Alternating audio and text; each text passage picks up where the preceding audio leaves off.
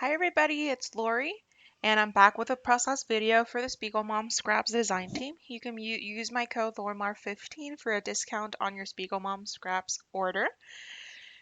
Today's layout, I'm using an old collection. It's called Winterberry by My Mind's Eye, and I'm going to be documenting these two pictures of my son. And the theme for this layout is mixed media, paper layers, and sequins. Um, I am starting off by trimming down the edges of my pictures. They are roughly 4 by 4. I've chosen this white background with I think those are holly sprigs.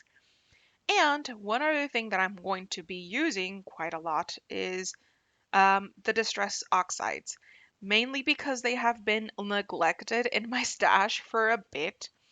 So that's the mixed media element that I'm going to be using.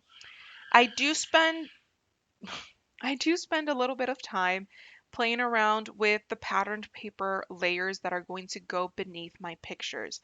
These patterned paper layers are not the same, like it's not the same um, pattern paper nests beneath each of the pictures. But the look that I was trying to go for is that if I was using a solid green beneath one of the pictures, I'm using a texty green beneath the other picture.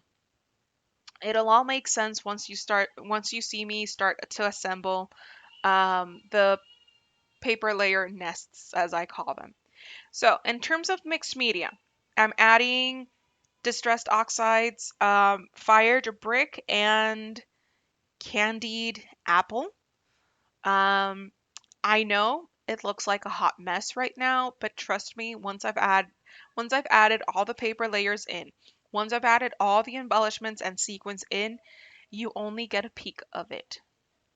And then for a pop of green, I'm adding like an area on the upper right hand corner to yeah, that's where I add the green is where I'm going to be adding like if the third cluster where my title is going to be. See, right there. And it's basically because I just saw that empty space and I was like, I need something to add there. So yeah. So it the distress oxides don't take a whole lot of time to dry, but anyways, I needed to get started with my paper layers. See what I mean? I'm using a green texty paper on one of the photos, and the other one gets like a plain green paper. And then they get a layer of lighter patterned paper. See? Each of these pictures has 4 patterned paper layers beneath them. Each of the layers is getting distressed as well. So not only do you get the paper layers, you also get that texture, which is awesome.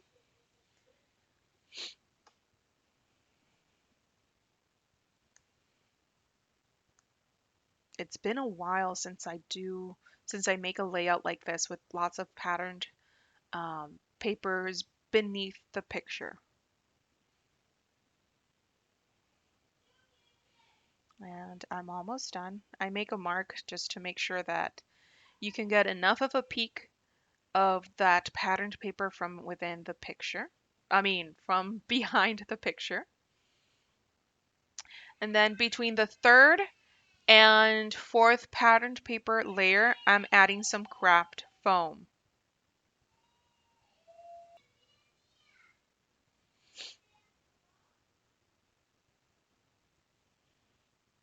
One other thing is that I'm cracking into um yeah, to use a lot of um old Christmas collections. I had like 6 or 7 untouched Christmas collections. So like that's why I'm using this really like old Christmas collection. Um, but just because it's old doesn't mean that it's unusable. And I love the muted tones. I love the simple patterns that that the pattern paper have.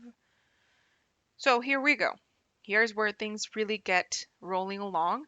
I place my pictures where I want them to be. They are doubled up on some craft foam because between the third and fourth layer of paper, I have some craft foam, and beneath the fourth layer, I also have some craft foam. I start playing around with the placement of embellishments. Um, I'm using the ephemera pack and the sticker sheet that came with this collection.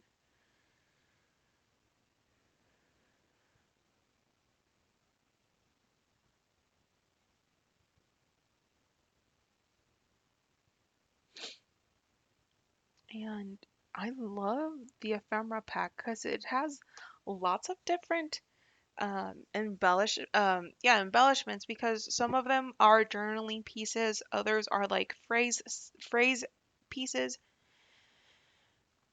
and also shapes. Like you see that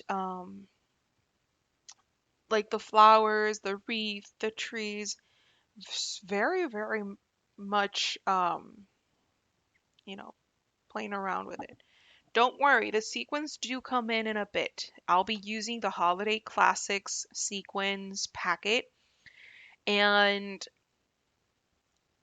I've used those sequins like I've just sprinkled them across the layout just to give the layout that sparkleness that sequins can give a layout. Um, and what I love about that sequin packet is that it's very much like the traditional Christmas colors, and it blended well with the colors that I'm using in this layout. So again, to play with the dimension, I'm popping um, some of the embellishments on some craft foam. I'm really playing around with the embellishment layers as well, with with the layers within the embellishment clusters.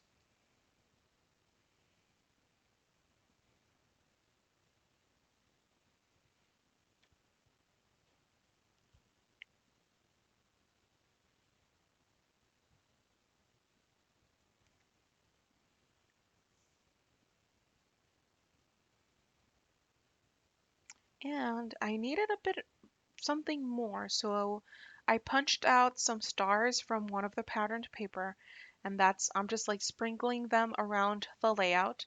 This is where I am going to be adding some star sequins.